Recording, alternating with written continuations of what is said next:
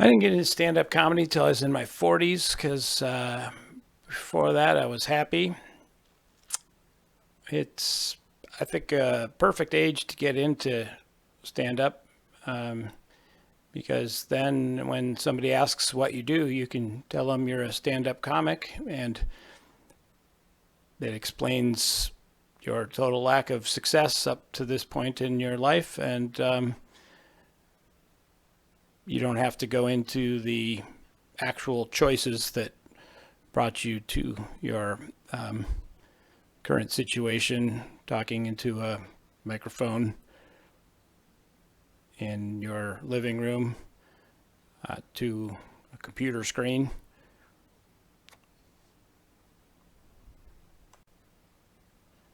Pausing the video till you can think of something that you arrogantly believe might actually be funny enough to unpause it for, which sadly wasn't this.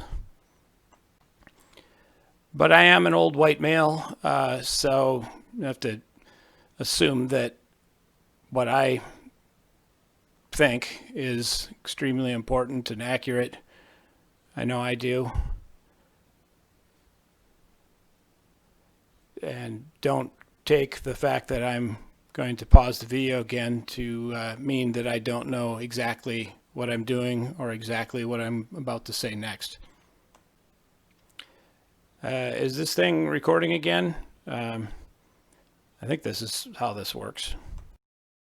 A lot of people wonder, how do you get into stand-up comedy? And from what I can tell, you have a traumatic childhood. And unfortunately, that was not the case for me. I had an excellent childhood, so my comedy is suffering as a result. But I imagine it doesn't really matter when the trauma occurs, and so I can go through some of my issues right now.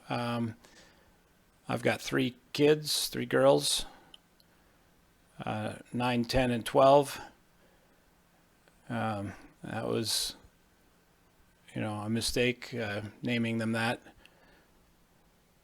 Obviously, I should have gone in ascending order instead of descending order. Now everybody expects me to fill in the rest of the roster with 1 through 8. And everybody wonders what happened to 11. Well, I don't want to say that number. It's a lot of syllables.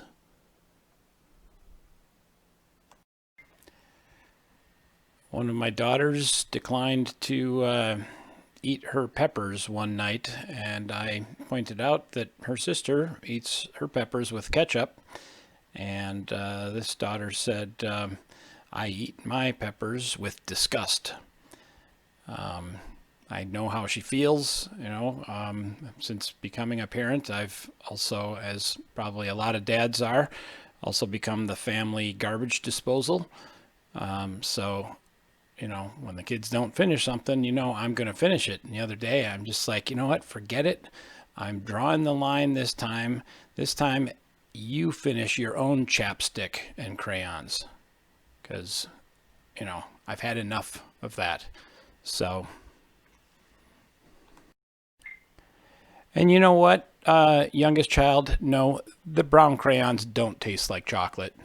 Even if it smells like grape, it doesn't taste like grape. It tastes like a candle. So don't fool me with that again. Oh, sure, you think it doesn't taste like coffee because it's a latte? That's coffee flavored. I'm not eating that mocha crayon either. So just back off. And since my kids won't listen to me, maybe you'll take my advice when I say if you go to a Baptist church, you can get good teaching. If you go to a charismatic church, you can get good worship.